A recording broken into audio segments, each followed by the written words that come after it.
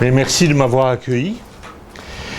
J'ai été tout à l'heure entre 4 et 6 à l'Assemblée nationale où nous avons fait un colloque d'inspiration gaulliste, mais de soutien au Brexit, et qui a été certainement un succès un peu fatigant, qui m'a laissé assez peu de temps pour réviser mes notes. J'avais emmené 5 exemplaires du livre qui me sert de référence, l'actualité du gaullisme, 5 études sur les idées et l'action du général de Gaulle, et qui m'a permis de rentrer à la Fondation Charles de Gaulle comme expert. Malheureusement, dans le brouhaha qui a sorti la réunion, à la sortie de la réunion avec les interviews de journalistes et autres, j'ai laissé ces exemplaires à l'Assemblée nationale. Alors soit quelqu'un les prend et il n'y trouvera que des bonnes idées, soit on me les rendra, mais demain est trop tard pour vous présenter le livre, autrement qu'un seul exemplaire que vous pourrez feuilleter à l'issue de cette réunion. Je constate que dans la crise où nous nous trouvons, où la gauche est discréditée, où l'UMP ne sait pas où elle est née et où le Front National est encore lesté de références hostiles au gaullisme, j'ai constaté qu'on ne savait plus très bien ce qu'avaient été les idées du général de Gaulle. On s'en sortait avec des platitudes largement inexactes, ou en tout cas très approximatives. Une certaine idée de la France. Allez savoir quelle idée, ça c'est une autre question. Je pense, la vision générale, c'est que c'était un monsieur qui avait eu des idées qui étaient valables il y a 50 ans, 40-50 ans, mais qu'aujourd'hui n'est plus valable. Enfin, en tout cas, qui ne pouvait plus être valable puisque 50 ans s'étaient déjà écoulés. Ceux qui disent ça ne tiennent pas compte du fait que, il y a 50 ans, ces idées paraissaient décalées par rapport à la réalité de son temps, et que par exemple quand il ne parlait pas de l'URSS mais qu'il parlait de la Russie, on disait cet homme-là, il est vraiment plus de notre époque, il n'a pas encore compris que la Russie des tsars c'était fini. Hein. Et ça c'était... je m'intéressais à la politique, j'étais encore jeune et même très jeune, mais je n'entendais que ça. Le général de Gaulle, c'est pas un homme de notre temps. Vous le lisiez dans le Nouvel Observateur, vous le lisiez dans Le Monde et dans beaucoup de journaux qui faisaient et font encore un peu moins autorité. Alors, ce que je crois, le titre du livre, ça aurait pu être La permanence du gaullisme ou des idées du général de Gaulle. On a mis l'actualité parce que c'était un peu plus flatteur.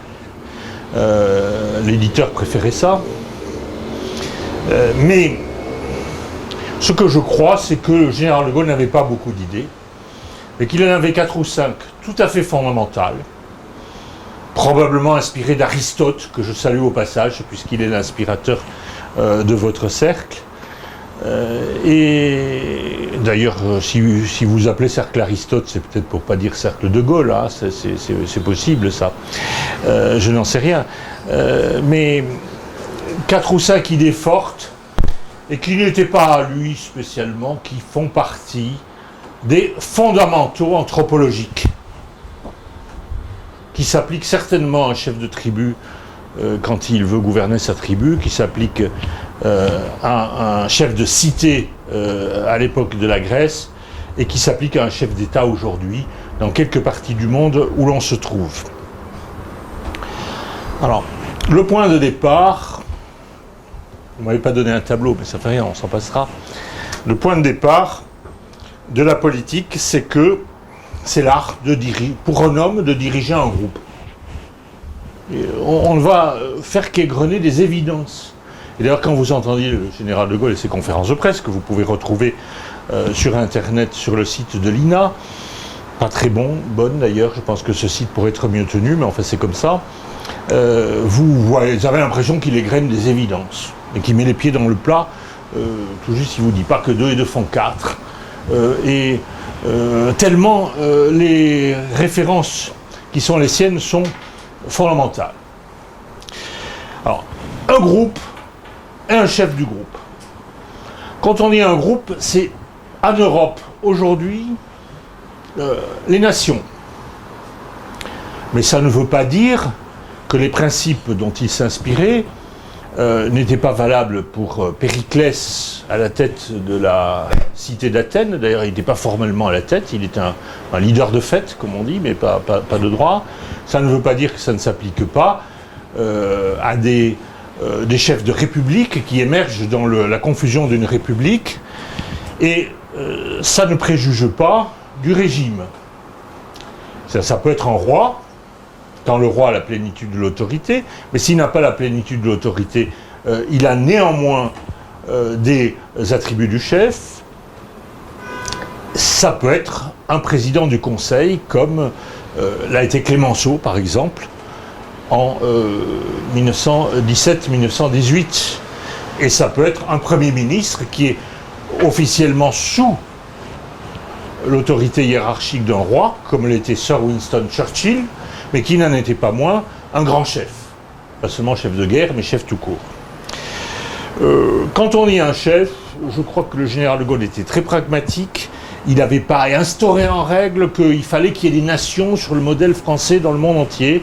Et il acceptait que dans certaines régions du monde, ou même certaines régions d'Europe, ça se passe différemment. Ça se passe différemment en Suisse, parce que le maître mot du gaullisme, c'est le réalisme peut-être. C'est encore plus fort que tout le reste. Et le réalisme consiste à considérer les réalités telles qu'elles sont dans les différentes parties du monde et en fonction de l'histoire propre à chaque pays. Mais de fait, en Europe, et spécialement en France, la réalité fondamentale, c'est la nation. Et on ne peut pas décider que ça ne sera pas la nation, la redécouper différemment, parce que ces réalités, à supposer qu'elles évoluent, ils connaissaient très bien l'histoire, ils savaient très bien que la Grèce avait été une pléiade de petites cités, 300, 400, et puis qu'elle était devenue un jour un État, mais au XIXe siècle. Ils savaient bien ça. Mais il considérait qu'aujourd'hui, la réalité, c'était le fait national. L'art de diriger, ce mot est faible, parce qu'il a un côté administratif qui ne convient pas à cette réalité. Alors pour les amateurs de francophonie, je prie de m'excuser, j'utiliserai un mot anglais qui n'a pas véritablement d'équivalent en français, c'est le mot leadership. C'est-à-dire que la théorie, la pensée du général de Gaulle est organisée autour de cette notion de leadership. Alors je dirais pas un leader, je dirais un chef. Par contre, le fait d'être leader, c'est pas une chefferie, hein, si vous me trouvez un bon mot en français, et c'est beaucoup plus large que la notion d'administrative, de chef de service et même chef de gouvernement et voire certains types de chefs d'État. Alors c'est l'art de commander, mais il n'avait pas une conception militaire du commandement. Il avait une conception militaire du commandement, mais bien plus. Il savait très bien que le chef d'un État, c'était beaucoup plus qu'un chef militaire qui généralement obéit aux ordres et transmet des ordres. C'est une vision, incontestablement. Je crois que le meilleur équivalent en bon français de cette notion de leader, c'est les bibliques, c'est le pasteur. Le pasteur au sens biblique du terme, qui n'a rien à voir avec cette notion parfaitement abâtardie de pastoral, c'est véritablement le chef du troupeau, celui qui conduit le troupeau et donc qui doit voir loin pour voir les obstacles, pour voir les loups éventuellement et pour défendre le troupeau contre les loups. Il doit exercer ses responsabilités à l'intérieur et à l'extérieur, et il doit être celui qui défend le troupeau, c'est-à-dire ce qu'on dit en latin le defensor civitatis, le défenseur de la cité. Ça ne veut pas dire qu'il va aller lui-même, mais il doit pouvoir organiser les troupes, organiser le peuple pour qu'il résiste. Hein. Et dans certains cas, le chef, ça peut être une femme, et ça peut être qui n'a aucun mandat politique, ça pouvait être Sainte-Geneviève quand Léon était en train d'assiéger Paris, parce que c'est elle qui, de fait, a pris la responsabilité d'organiser la défense de Paris et d'aller négocier avec l'adversaire. Alors, defensor civitatis, ça veut dire qu'il peut commander les armées, il doit commander les armées quand il le faut, il doit lutter contre les désordres intérieurs, et il doit surtout défendre les intérêts, au sens le plus matériel du peuple. On s'imagine, dans les années 60, le Nouvel Obs disait à peu près toutes les semaines, nous, la gauche, on s'intéresse aux Français, au peuple français. Lui, le général, il s'intéresse qu'à la France, comme figure idéale. Pas du tout. Quand il s'est agi des négociations relatives à la politique agricole commune, il défendait sou par sou les intérêts des paysans français. Et d'ailleurs, il les a très bien défendus. Très très bien défendus, puisqu'ils ont retiré de gros avantages de ce qu'on appelle aujourd'hui la PAC, politique agricole commune, mais qui n'a rien à voir avec ce qu'elle est devenue depuis la réforme de 1992. Il ne faut pas avoir une conception étroite de l'intérêt. L'intérêt, c'est le rayonnement. Louis XIV, en faisant rayonner la culture française, défendait l'intérêt de la cité. C'est le moral, les troupes. C'est l'élan. Le rôle du chef, c'est de donner un élan vers un projet, un objectif, et de leur dire vous êtes plutôt les meilleurs que les plus mauvais. Hein, Et c'est également d'attribuer, d'exécuter des fonctions régaliennes traditionnelles qui sont la justice, faire régner la justice, et également faire régner l'unité nationale, puisque pour que le peuple prospère et se défende bien, il vaut mieux qu'il soit uni que désuni. Tout ça, ce sont des notions évidentes. Je veux dire, elles ne sont pas propres à De Gaulle. Si vous lisez les vieux livres sur ce sujet, que ce soit des livres de l'Antiquité, du Moyen-Âge, on vous explique d'une manière ou d'une autre que le rôle du bon chef, je ne parle pas du chef, du bon chef, c'est de remplir toutes ces fonctions qui n'en font qu'une, mais qui se démultiplient en différents aspects. Alors, je n'entrerai pas peut-être dans un débat plus complexe, qui est de savoir s'il avait une notion... si vous référez à la philosophie de Girard, vous savez que le chef, c'est en même temps... c'est à la fois celui qui commande, c'est l'impérator, mais c'est aussi, dans la tradition chrétienne, un personnage sacrificiel, et pas seulement dans la tradition chrétienne. Dans les sociétés primitives, il n'était pas rare que l'on désigne comme chef quelqu'un qui était voué à la marginalité, voire au sacrifice, ou inversement que le roi soit promis au sacrifice. Alors la tradition, je dirais vulgaire, dans certaines régions d'Afrique ou d'Asie, et même aujourd'hui dans beaucoup de pays d'Europe, le chef c'est d'abord le plus gros, le plus riche, c'est celui qui a le plus de femmes, et c'est celui qui profite le plus de sa fonction. Ce qui ne veut pas dire qu'il n'exerce pas toutes les missions qui sont celles du chef, mais il se sert d'abord d'une certaine manière. Et puis vous avez une conception plus mystique, où le chef est totalement désintéressé. Le prototype, c'était Saint-Louis, qui défend également la cité, mais qui est le dernier servi. Et on sait bien que De Gaulle n'a jamais gardé un sou de plus que ce qui lui était nécessaire à un mode de vie relativement austère, et qu'il donnait tout aux bonnes œuvres. Donc il se rattachait plutôt à cet deuxième aspect, même s'il avait une forte conscience de la dimension machiavélienne de la politique, et que s'agissant de la gestion de la communauté, il était tout à fait intraitable, comme Saint-Louis devait l'être quand il livrait bataille et qu'il était à la tête de ses armées en Égypte ou ailleurs. Alors, pardonnez-moi, je vais mettre mes lunettes parce que j'ai un petit peu de mal à revoir. Par derrière tout ça, on ne dit pas quelle est la nature du régime. Il était peut-être de sympathie royaliste, mais il était d'abord réaliste. Je dirais royaliste, mais réaliste. Et donc rallié à la République, dès lors que la République était à même de produire des chefs. Hein. C'est pas un sujet important. Toute la philosophie politique du général de Gaulle peut s'appliquer à un roi, surtout si c'est un roi absolu, mais elle peut s'appliquer aussi à quelqu'un qui n'est pas roi. Les moyens d'exercer cette fonction, le premier moyen, c'est d'abord l'indépendance. Et ça, c'est assez simple à comprendre, puisque l'accomplissement de cette fonction, c'est toute une logique complexe, parce que c'est pas toujours facile de savoir quel est l'intérêt du pays à un moment donné. Parfois, on peut se tromper.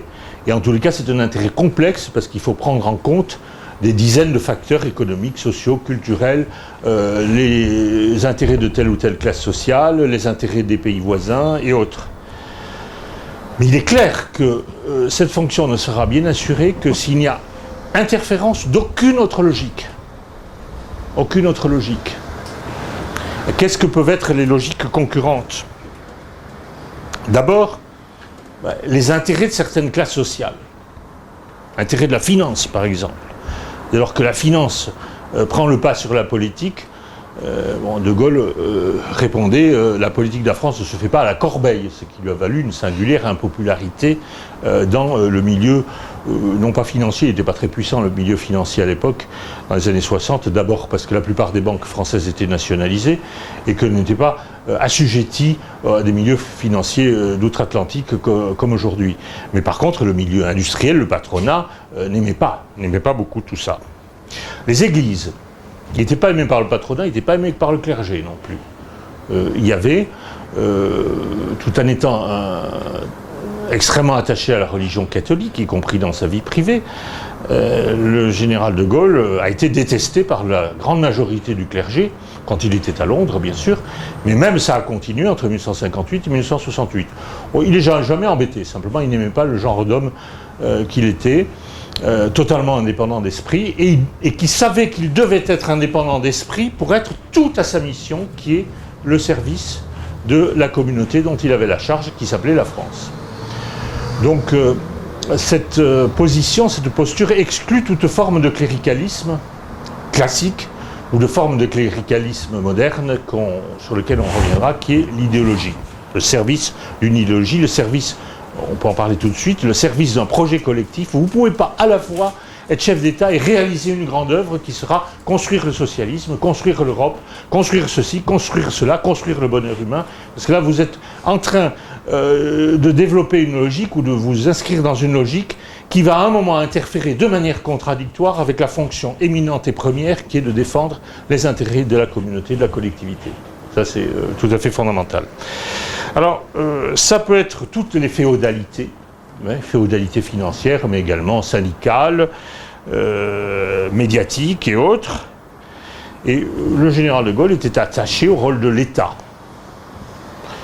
plus que d'autres, parce que l'État, c'est le moyen de vaincre les féodalités. Il avait la conception classique que vous trouvez, alors on vous dirait c'est du racisme, enfin c'était déjà chez Richelieu, c'était déjà chez Louis XIV, il suffisait de les connaître, on n'avait pas besoin de...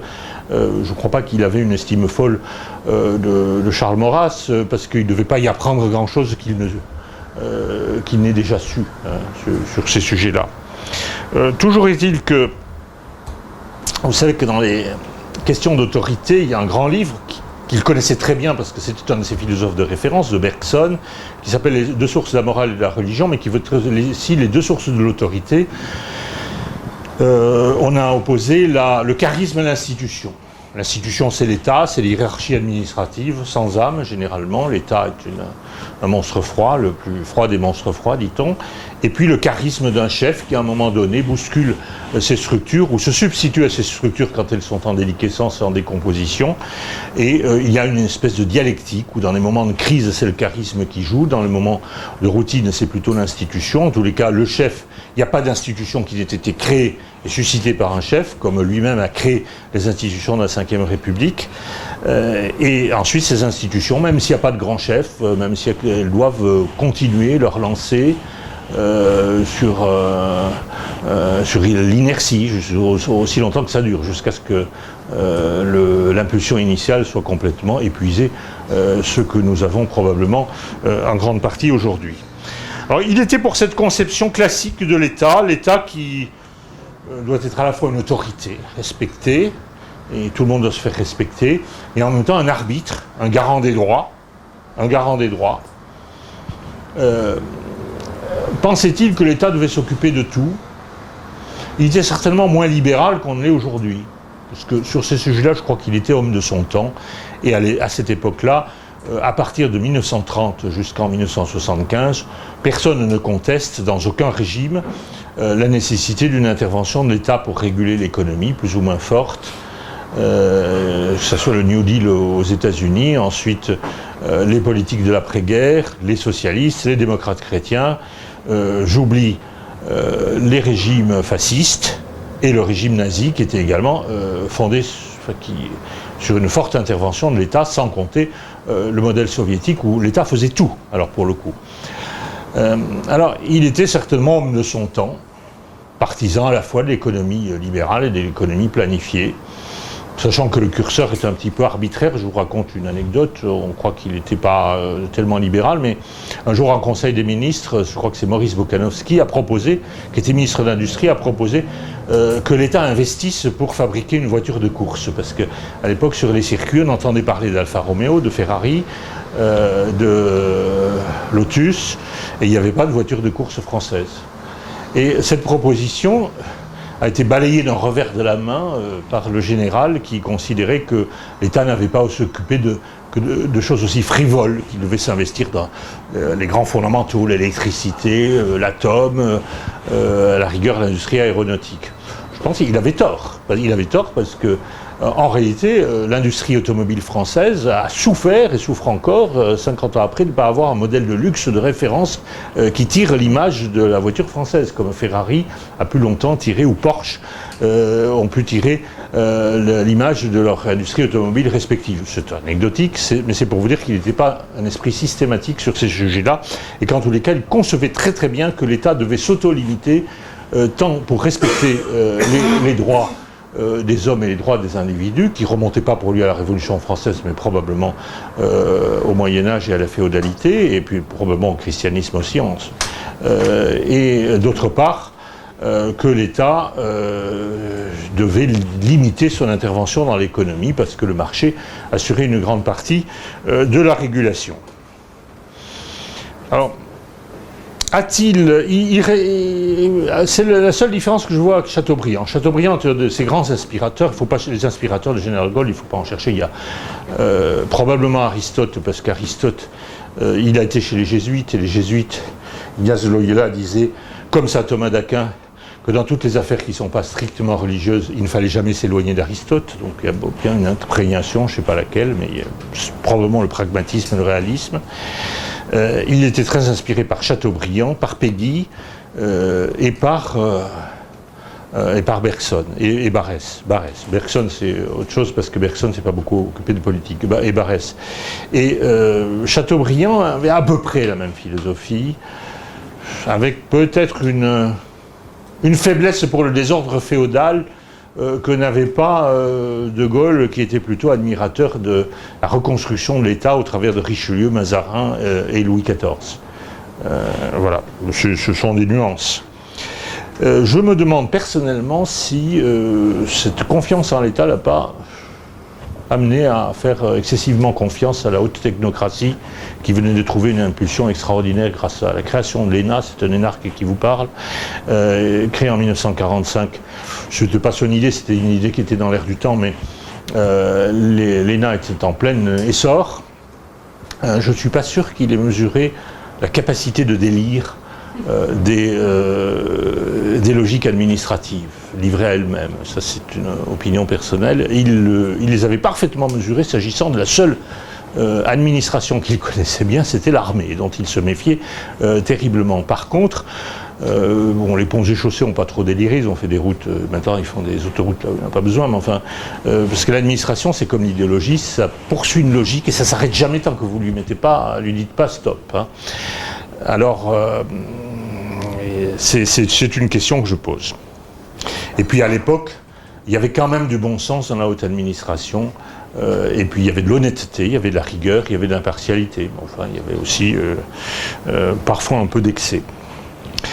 Alors, je continue. Je pense que l'indépendance, c'est pas seulement l'indépendance du chef, c'est aussi, et c'est peut-être d'abord, l'indépendance vis-à-vis des puissances extérieures, des forces extérieures.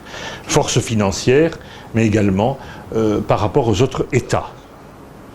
Alors, il savait que la France avait une tradition de revendication et d'affirmation de son indépendance particulièrement forte, puisque Elle avait passé une partie de son histoire à combattre les Habsbourg, d'abord à se détacher avec Hugues Capet du giron du Saint-Empire romain germanique. En 989, la noblesse française a délibérément choisi un chef, un roi qui ne soit pas un carolingien, parce qu'il savait très bien qu'un carolingien, ça serait la tutelle allemande. Et ensuite, il y a eu Bouvines, et il y a eu le long combat qui a duré un siècle et demi aussi, contre les Habsbourg, qui avaient une prétention à l'Empire européen, Empire catholique européen. Cette résistance à l'Empire est allée avec Richelieu jusqu'à une alliance avec les princes protestants d'Allemagne au nom de l'indépendance de la France et l'indépendance de la logique politique, enfin l'indépendance de la France, mais aussi l'indépendance de la logique politique par rapport aux considérations purement religieuses. Il savait tout ça et il savait que de ce fait, du fait qu'il avait mieux que d'autres affirmé son existence comme État-nation, avec peut-être l'Angleterre, je suis un peu influencé par notre réunion de tout à l'heure, mais la France avait vocation à être un peu le porte-flambeau de la liberté des peuples au travers d'États-nations indépendants et souverains.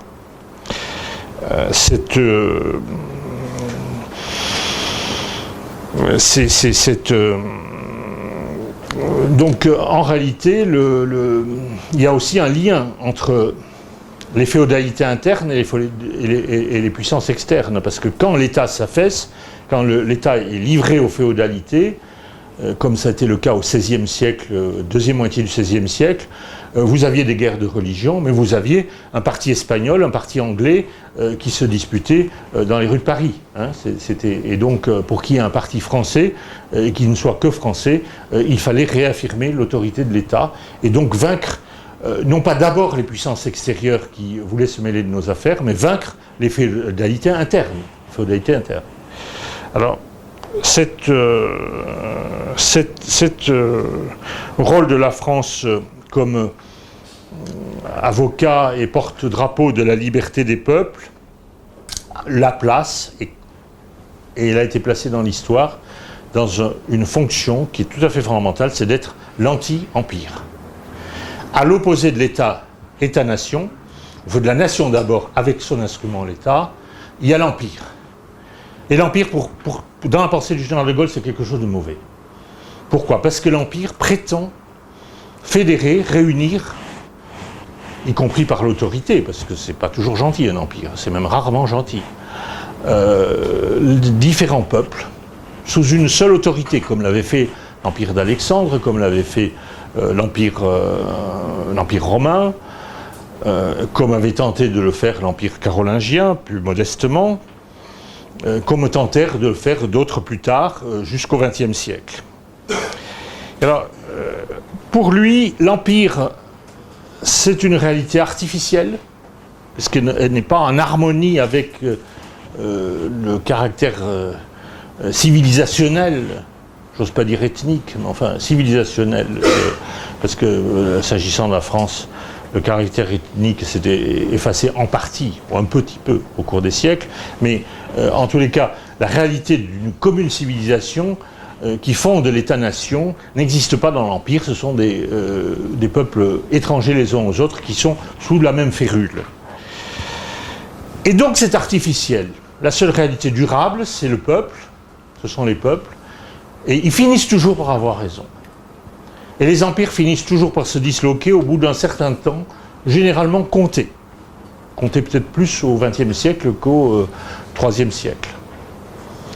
Alors, il s'est rarement trompé, il ne s'est jamais trompé quand il a fait ce pari que les peuples allaient gagner. Et le 18 juin, il fait le pari que certes, Hitler finirait par faire la guerre aux États-Unis et donc la perdre, mais il fait aussi le pari que si Hitler voulait conquérir toute l'Europe, c'est l'Europe qui gagnerait, c'est pas Hitler. Parce que les peuples ont toujours le dernier mot, par rapport aux entreprises impériales. C'est la raison pour laquelle il était sceptique sur la colonisation. Qu'il pensait qu'il fallait épouser le mouvement de l'histoire qui rendait nécessaire l'insurrection des peuples contre une férule de gens qui n'étaient pas ni de leur race, ni de leur civilisation, et que ces peuples allaient nécessairement rejeter avec de plus en plus de force et de plus en plus de violence. Donc il a parié sur la décolonisation, il n'a pas été le seul à cette époque-là, pour le meilleur, en tous les cas, avec tous les drames que ça a suscité. Et puis, quand il parlait de la décolonisation, il parlait au sens large. Quand il parlait de l'URSS, il ne cessait de dire dans ses conférences, avant de se rapprocher de l'URSS à partir de 1966, où là, il a eu des formules plus avenantes, il disait le dernier des empires coloniaux. Le dernier des empires coloniaux, cet ensemble artificiel qui s'appelle l'Union des républiques socialistes et soviétiques, allait se disloquer nécessairement, parce que les empires, ça ne tient pas. Vous voyez ce qui s'est passé depuis. Alors, le 18 juin, c'est l'affirmation de ce fait national comme fait primaire. On ne peut pas avoir raison sur le moyen terme ou sur le long terme, et peut-être sur le court terme, d'une réalité aussi fondamentale que la nation française. Donc, elle va résister. En résistant, elle gagnera, tôt ou tard. Il a fait aussi d'autres calculs. Par exemple, quand les Américains se sont enlisés dans la guerre du Vietnam, il a fait le discours de Phnom Penh où il critiquait l'intervention américaine, non pas dans ses buts, parce que je crois qu'il était tout à fait convaincu qu'il fallait résister au communisme, mais dans ses modalités. Il pensait que les Américains avaient été suffisamment maladroits pour mettre le nationalisme vietnamien contre eux. Et donc, dès lors qu'il y avait d'un côté la puissance américaine qui était gigantesque, pas autant qu'aujourd'hui, mais qui l'était déjà beaucoup, et d'autre côté, un petit peuple, mais armé d'un très fort sentiment nationaliste, c'était le sentiment national ou nationaliste qui allait l'emporter. Donc, c'était une erreur pour les États-Unis de s'acharner, quel que soit le contexte idéologique, en ayant la volonté nationale d'un peuple, fût-il petit, contre eux.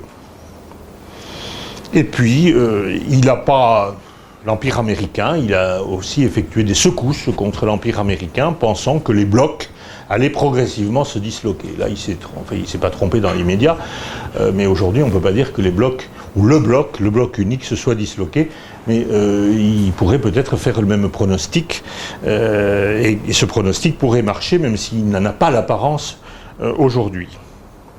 Il y a un lien qu'il n'a jamais fait très explicitement, mais qui pour moi me paraît important, parce que c'est la relation entre empire et idéologie. C'est un des grands paradoxes du général de Gaulle que, ayant été un des hommes politiques majeurs d'une période que vous pouvez amener de 1930 pour la réflexion à 1970, au moment où les grands empires idéologiques, socialistes national, parce que national-socialisme est un germanisme.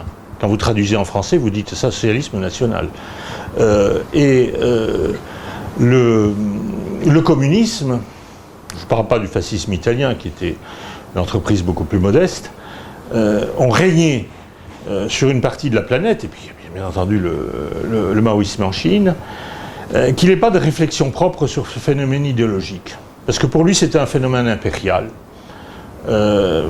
Mais s'il avait approfondi certaines intuitions, il aurait sans doute vu le lien entre l'empire et l'idéologie, puisque quand vous n'avez pas le sentiment national comme ciment, que vous avez des peuples très divers, vous ne trouverez pas un dénominateur commun en termes de culture ou en termes de civilisation, le seul moyen de les fédérer, c'est une idée, de leur imposer à tous une idée forte. Voilà, ça a été la Pax Romana, mais ça a été le marxisme-léninisme comme projet mondial, avec le communisme, sans doute le règne du surhomme avec le national, le socialisme national.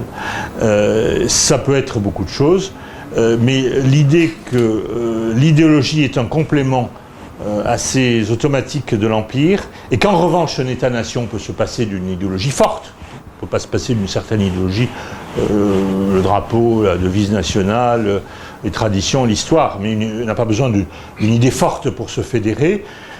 Ça, il l'avait présent à l'esprit, il ne l'a, à ma connaissance, jamais clairement exprimé. Mais il en avait l'intuition, et surtout, plus important que l'idéologie, c'était l'empire, et que derrière toute idéologie, il y avait une volonté impériale. Alors, il a prévu ainsi, grâce à cette vision du primat du fait national, on a vu comment il ne s'était pas trompé en 1940, pas trompé dans les colonisations. Il avait prévu aussi la fragilité de l'édifice européen. Je ne peux pas... qui est une idéologie, bien entendu. Je ne peux pas passer de vous lire une excellente citation.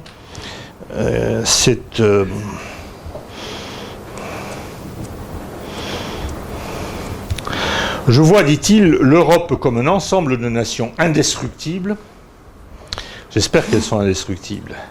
À quelle profondeur d'illusion ou de parti pris faudrait-il plonger pour croire que les nations européennes, forgées au cours des siècles par des efforts ou des douleurs sans nombre, ayant chacune sa géographie et son histoire, ses langues, ses traditions, ses institutions, pourraient cesser d'être elles-mêmes et n'en former qu'une seule. Alors ça, c'est très intéressant. Et puis d'autre part, il n'a sûrement pas été étonné de voir que la Chine et l'Union soviétique, bien qu'armées de la même idéologie marxiste-léniniste, se sont séparées et se sont affrontées à partir de 1960. Et il était mort, mais il avait sûrement prévu, peut-être conseillé, la rencontre entre Nixon, incarnation du capitalisme le plus détesté, et Mao Tse-tung, incarnation de la forme la plus extrémiste de l'idéologie marxiste-léniniste, cette grande rencontre qui a eu lieu en 1972 et qui a probablement été préparée par des entretiens entre Nixon et De Gaulle. Vous savez que Nixon était proche de De Gaulle, que dès que Nixon a été élu, il est venu en France, à Paris, il est venu en Europe. L'étape principale, c'était celle de Paris. C'est pas du tout comme quand Obama vient en Europe aujourd'hui et qui se dispense de s'arrêter à Paris. Et il a été très très bien traité et il y a eu une véritable réconciliation franco-américaine sur des bases de respect de la souveraineté nationale de la France après des années et des années d'opposition et de désaccord, parce que Nixon avait cette même vision réaliste et non idéologique de la diplomatie et de la politique internationale. On peut dire aussi que donc l'idéologie, ça je l'ai déjà évoqué, dès lors qu'elle introduit une logique qui n'est pas la logique de l'intérêt propre, est une distorsion par rapport à la recherche du bien commun. Je n'ai pas utilisé l'expression du bien commun, lui non plus. Enfin, c'était bien ça qu'il y avait comme idée derrière. Et elle ne le conduit pas pour autant à rejeter. Je pense que c'est une idée fondamentale, c'est que, ça m'a été soufflé par le philosophe Jean-Luc Marion, c'est que le gaullisme peut se définir comme l'anti-idéologie. C'est la politique décapée autant que possible de toute idéologie, pour ne garder que des considérations réalistes et des obligations morales transhistoriques et fondamentales comme celles que j'exprimais au début. Mais il avait quand même un doute, et il se disait qu'il en fallait un peu d'idéologie. Alors, il y a une phrase extraordinaire que je peux vous citer, page... Bon, on porte la page. Peut-être la politique est-elle l'art de mettre les chimères à leur place. Il ne disait pas idéologie, il disait chimère. On ne fait rien de sérieux si on se soumet aux chimères, mais que faire de grand sans elles? Comment entraîner un peuple à se surpasser s'il n'y a pas quelque part une forme d'idéalisme, la position d'un certain nombre d'idéaux. Et il savait que c'était particulièrement vrai pour la France. Clémenceau disait, il a repris une fois cette expression, que les Français se sentaient bien quand ils étaient le soldat de l'idéal, des croisés en croisade, des soldats de la Révolution française, qui voulaient répandre la liberté dans le monde. Il y a une propension idéologique qui est sans doute plus forte dans le peuple français ou dans les élites françaises qu'ailleurs. Il fallait en tenir compte. Mais il fallait aussi entretenir ces idées-là, mais s'en méfier terriblement, les remettre à leur place, mettre les chimères à leur place. Et en définitive, s'il y a un peu d'idéologie chez le général de Gaulle, ou quelque chose qui pourrait y ressembler, c'est jamais que par souci de respecter cette obligation fondamentale qui est celle du chef, qui est de dire en avant, on y va, on est les meilleurs, etc., donner le moral aux troupes, leur donner quelques drapeaux à suivre, mais surtout ne pas s'enliser dans un système de type idéologique. Pourquoi ? Parce que la politique idéologique est une politique éminemment dangereuse. Elle est sous-tendue par une vision universelle. Qui dit vision universelle dit empire universel, dit volonté de conquête, dit hubris, c'est-à-dire absence de sens de la mesure. Et on en voit l'exemple aujourd'hui quand on voit une puissance animée d'un grand idéal de répandre la démocratie à travers le monde, susciter 7 ou 8 guerres, j'en ai compté 7 au cours des 10 ou 15 dernières années, au pourtour de la Méditerranée ou ailleurs, ou plus au sud. Vous voyez que, alors qu'un pays qui défend ses intérêts, qui se cale à ses intérêts, eh bien, premièrement, les intérêts sont limités, forcément. Vous n'êtes pas le monde entier, vous n'êtes pas. La défense des intérêts d'un peuple, c'est pas que le président français devienne le président du monde. C'est qu'il défend les producteurs de blé, il défend les producteurs d'acier, il a une bonne armée pour se défendre en cas d'attaque, il a une bonne éducation nationale pour que les gens soient bien instruits et qu'il y ait un rayonnement culturel, mais ça n'est pas illimité. Alors que répandre le communisme à travers le monde, c'est illimité, ça s'arrête que quand on a atteint les frontières du monde qui n'existent pas, comme vous le savez, puisque la Terre est ronde. Et puis d'autre part, quand on défend des intérêts, on est forcément porté au compromis, parce que en cas de conflit, l'intérêt commandera peut-être de ne pas pousser jusqu'au fond son propre intérêt pour couper à un endroit donné et couper sa logique et se plier à un bon contrat, une bonne alliance. Alors qu'en est-il des relations avec les autres pays? Oui, j'en profite pour dire qu'il aimait beaucoup Richelieu, il aimait sans doute un peu Louis XIV, il n'aimait pas beaucoup Napoléon. Parce que précisément, Napoléon, semble-t-il, avait cédé à cette hubris qui consiste à dépasser trop largement les frontières et à se lancer dans des aventures qui se terminent mal. C'est pas tout à fait la vision bainvillienne de Napoléon, mais c'était certainement celle qu'en avait le général de Gaulle et qu'en ont le commun des mortels aujourd'hui. Alors les rapports avec les autres nations, dès lors que chacun a son précaré, chacun défend son intérêt, son prestige, il n'y a pas de raison qu'il ne soit pas bon, dans le respect de l'indépendance réciproque. Et le gaullisme, c'est pas la guerre à mort de tous contre tous, c'est au contraire la main tendue, en permanence, et Dieu sait qu'il l'avait plus longue que moi, la main tendue. Je me souviens d'un dessin du général du Canard enchaîné où il tendait sa main vers la Chine et puis il y avait une petite main à côté qui était, parce qu'il avait établi des relations plus étroites avec la République d'Andorre, enfin avec Andorre, qui est la principauté d'Andorre. Donc c'était et il passait son temps à tendre la main, pas sans quémander, mais à dire qu'il était prêt à faire de la coopération avec toutes les anciennes colonies d'Afrique qui étaient devenues indépendantes, avec la Chine, en reconnaissant, c'est une dimension que je n'ai pas évoquée, mais avec réalisme, la réalité du régime chinois, même s'il ne lui plaisait pas. Je pense qu'il ne lui plaisait pas beaucoup.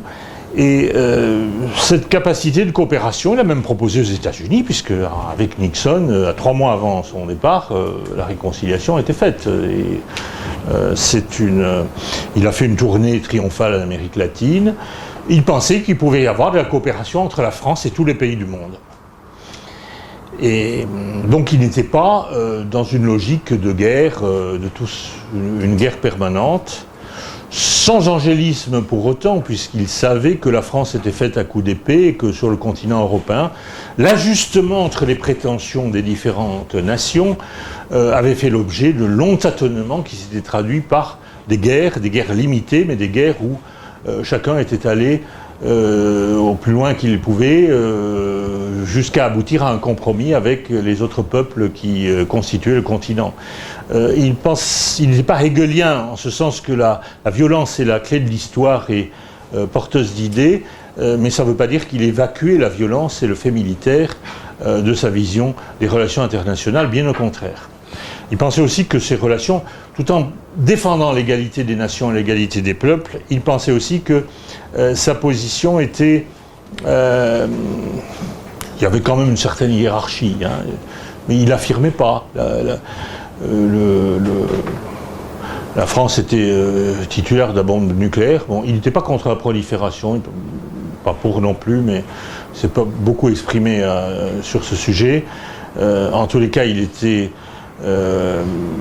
très content que la France ait la bombe nucléaire, un siège permanent au Conseil de sécurité, et que l'Allemagne ne l'ait pas, et il ne voulait pas remettre en cause cette situation. Ce qui ne l'empêchait pas d'être favorable à la réunification de l'Allemagne. Je suis persuadé qu'il aurait beaucoup moins tenté de résister à la réunification allemande que ne l'a fait Mitterrand, parce qu'il était persuadé que c'était le sens de l'histoire que l'Allemagne se réunifie, puisqu'elle constitue une nation.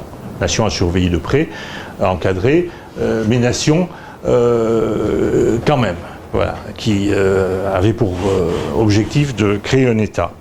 Et alors à côté de ça, les petits pays... il s'intéressait beaucoup aux petits pays. Un jour, Pompidou a dit à Pérefitte en confidence, il allait vous demander pourquoi il s'intéresse à tel pays. Et le général de Gaulle, qui était quelque part un chrétien, disait plus le peuple est faible, plus il est petit, plus il fera preuve plus il est insignifiant sur la carte du monde, plus il va faire preuve de bienveillance à son égard. Bon, ça ne va pas plus loin, mais il avait cette attitude-là. Et alors quand, en 1967, Chirac, qui est devenu Premier ministre, a cru remettre les choses en place en revenant à la coopération cantonnée, avec une étroitesse extrême au précaré, précaré des anciennes colonies d'Afrique de l'Ouest, je crois qu'il se trompait complètement. Pour le général de Gaulle, il y avait une hiérarchie entre les pays très proches comme la Côte d'Ivoire et les pays plus lointains comme la Tanzanie ou le Kenya, mais la France devait être présente partout et s'intéresser à tout le monde. Et je pense que cette conception qui a été défendue par Jacques Chirac et son ministre Michel Aurillac entre 67 et 68 était extrêmement étriquée par rapport à la vision gaullienne. Alors, j'ai dit beaucoup de choses. Il n'était pas contre les alliances, bien sûr, mais à condition que l'alliance ne conduise pas à une perte de souveraineté dans aucun des domaines fondamentaux qui sont la diplomatie, la défense, la justice, la monnaie et le budget, bien entendu. Vous voyez qu'aujourd'hui, nous sommes très loin du compte, puisque, comme j'en discutais avec Marie-France Garot il y a quelques jours, nous avons perdu, surtout, ces pouvoirs régaliens. Nous n'en avons plus aucun. Aucun. C'est vrai que la France n'est plus indépendante. La France n'est plus indépendante aujourd'hui. Il l'avait dit d'ailleurs qu'avec une grande philosophie de l'histoire, il se peut que mon œuvre soit complètement détruite un jour. C'est fait, c'est presque fait. Et oui, il y a une dimension très très importante, c'est la question de la légitimité. Dès lors qu'on a défini ce qu'est le rôle du chef comme defensor civitatis, au sens très large du terme, le chef légitime, c'est celui qui assume cette fonction. Et qui a le moyen de l'assumer, c'est-à-dire qui est indépendant. Et c'est ce qu'il était à Londres, à la tête de ces Français libres.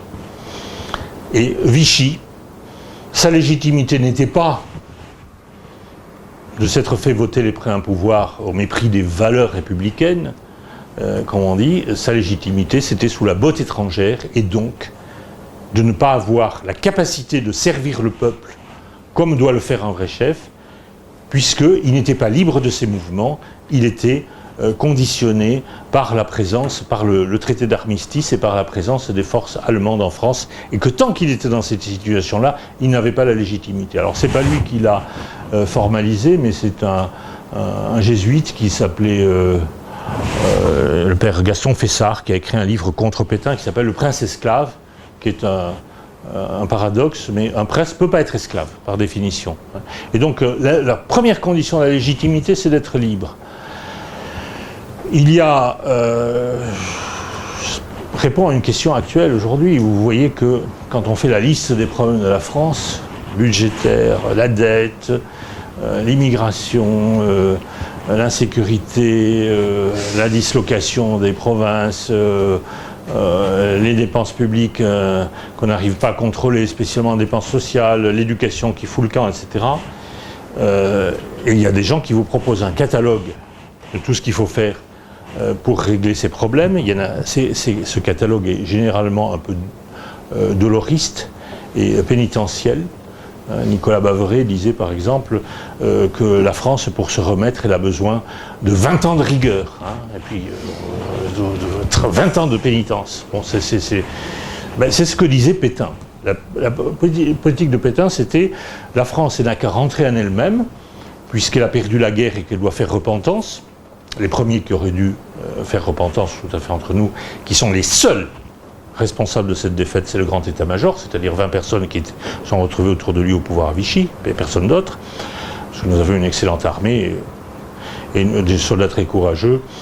On pouvait la gagner, cette guerre, en tout cas ne pas la perdre. Mais nous avions un commandement tout à fait nul.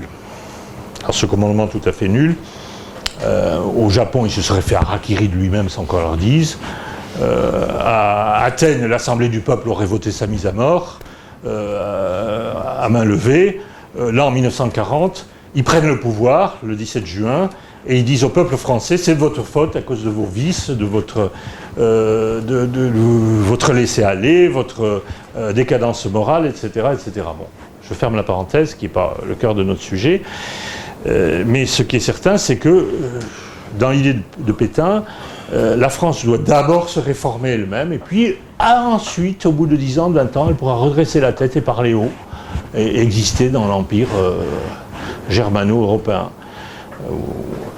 Alors que la position du 18 juin, c'est on devient indépendant, et une fois qu'on aura retrouvé la souveraineté, après les problèmes, on va les régler. Avec d'autant plus d'autorité qu'on se rend souverain, et que quand le chef n'est pas souverain, non seulement il n'est pas libre de ses manœuvres pour défendre le bien commun de son pays, de sa patrie, mais en plus il n'a pas d'autorité, il perd de l'autorité, parce que le peuple, il voit bien que le gars qui vous commande, il singe le fait d'être président ou ministre, mais en réalité il obéit ailleurs, il obéit à Bruxelles, il obéit à Berlin, s'il est militaire, il obéit au QG de l'OTAN, qui lui-même obéit à Washington. Alors, donc vous voyez les deux attitudes. On peut en tirer des leçons aujourd'hui et se demander si le plus urgent, c'est de faire un programme de réforme radicale dans tous les domaines sans toucher à la question de l'indépendance qui est majeure, ou si c'est au contraire la question de l'indépendance qui conditionne très étroitement toutes les autres. Alors, je crois que j'ai presque terminé. La question de la légitimité fait que, dès lors qu'un homme défend la liberté et l'indépendance du pays, il a la légitimité. Il a la légitimité, c'est De Gaulle qui avait la légitimité en 1940, et c'est de là qu'il est parti pour affirmer sa légitimité dès le commencement de la résistance. Alors hors crise, ça c'est en temps de crise, mais hors crise, si on est un roi, on reste roi par la force de la légitimité dynastique, mais si on n'est pas roi, il pense lui qu'il fallait se ressourcer et être sûr du consentement populaire et ne rien faire, arrêter de rester en place si le consentement populaire venait à faire défaut. D'où sa pratique du référendum, qui est certainement critiquée surtout par des gens qui font plus du tout de référendum comme aujourd'hui, mais par des gens qui avaient une vision plus institutionnelle de la République, plus juridique, par exemple quelqu'un comme Mitterrand.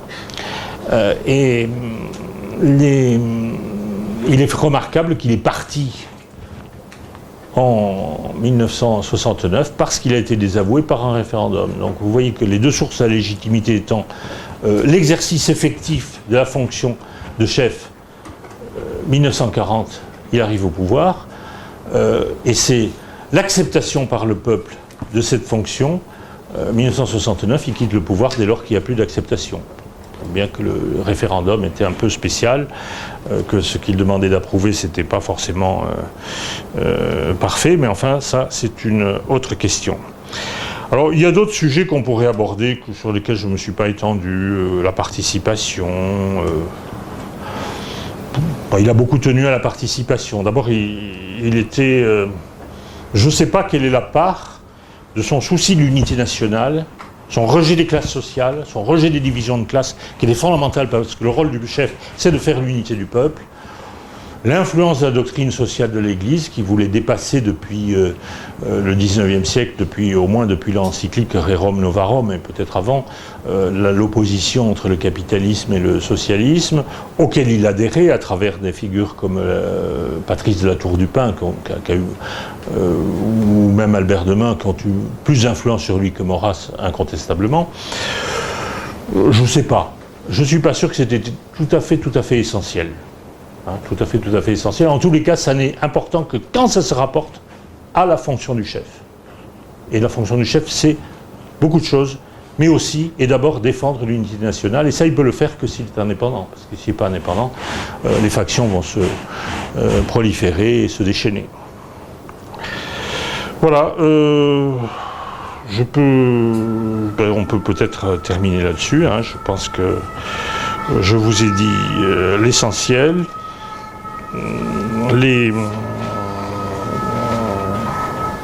À mon avis, ce sont des principes très très simples. Et sur des sujets qui vous paraissent capitaux dans le débat, il n'avait pas des idées très arrêtées. Par exemple, centralisation, décentralisation, tout en étant de l'école classique, tout en étant un admirateur des Jacobins, non pas dans le rôle intérieur, mais dans le rôle extérieur, dans ce qu'ils avaient fait pour défendre la France à Valmy et sur la frontière du Rhin, comme Chateaubriand d'ailleurs. Hein. Chateaubriand a la même dichotomie en disant le régime jacobin est totalement détestable, mais il a défendu la France quand il fallait la défendre. Centralisme, décentralisation. Il a été centraliste de culture, et puis en 1969, il tombe sur un référendum qui prônait la décentralisation. S'il avait prôné que ça, je pense qu'il l'aurait gagné, mais il y avait cette réforme du Sénat pour y associer les milieux socio-professionnels. Ouais, je ne sais pas s'il faut rêver, ça c'était l'esprit corporatiste qui régnait dans les régimes fascistes à Vichy, mais également chez les socialistes, chez pratiquement tout le monde, qui était dans la culture commune de l'avant-guerre. Aujourd'hui, on est un petit peu sceptique sur l'idée de confier les rênes de la France aux grosses bedaines du Conseil économique et social, apparatchiks syndicaux et autres, mais ça, c'est une question qu'on peut se poser. Vous avez la question libre-échange protectionnisme. Ce monsieur qu'on croit être étatiste, il a désarmé par application du traité de Rome à partir de 1958 jusqu'en 1969, désarmé la France de ses barrières douanières industrielles. Hein, c'est-à-dire elles sont pratiquement inexistantes en 1969, elles sont devenues très faibles alors qu'elles étaient encore très élevées en 1958, parce qu'il a voulu appliquer le traité de Rome pour des raisons complexes, parce qu'il y avait de l'intérêt, hein, surtout l'intérêt agricole, mais il y avait aussi de l'intérêt à coopérer, puis parce qu'il n'était pas foncièrement contre une coopération à l'échelle européenne, au contraire il était très pour, et c'est même la raison pour laquelle il a refusé à ce moment-là que l'Angleterre rentrera dans le marché commun, c'est parce que l'Angleterre n'était pas assez européenne pour coopérer. L'idée de coopération qu'il avait, ça n'avait rien à voir avec l'idée de fusion des États et de la formation d'un État supranational. Je note qu'il ne disait jamais fédéral, pour deux raisons. Pour deux raisons, à mon avis. La première, c'est que fédéral, c'est un mot gentil, et quand vous vous combattez dans le combat politique, vous ne donnez jamais un mot gentil à vos adversaires.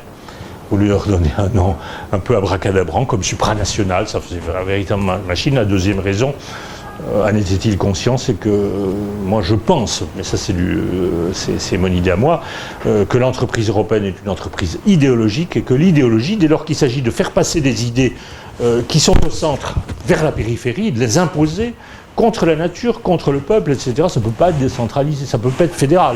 C'est forcément centraliste et centralisé. Et l'Europe que nous avons aujourd'hui est tout ce qu'il y a de plus centralisé, sous la réserve qui est extrêmement faible, et qu'il y a des gens qui, par derrière ou par-delà l'Atlantique, commandent les centres nerveux de cet appareil centralisé, notamment en matière d'immigration ou de défense. On peut se demander aussi s'il était... la question de l'intervention de l'État, je vous ai montré son côté pragmatique. Il serait arrivé au pouvoir aujourd'hui, il aurait sans doute été un peu plus libéral qu'on était dans les années 50 et 60. C'était pas forcément essentiel. Mais alors, n'allons pas dire que c'était un grand pragmatique. Il y a des gens qui vous disent, comme Édouard Balladur, c'est un grand pragmatique. Donc aujourd'hui, il se serait rallié à l'Europe. Il aurait bien compris que c'était indépassable. Non, parce qu'il y avait des fondamentaux. Il était très pragmatique pour des tas de choses, pour le rôle des communes, pour savoir s'il fallait ou pas telle ou telle réforme du code pénal, mais il n'était pas du tout pragmatique pour les 3 ou 4 fondamentaux que je me suis efforcé de vous expliquer, en espérant que vous en avez compris la simplicité et l'universalité. Voilà.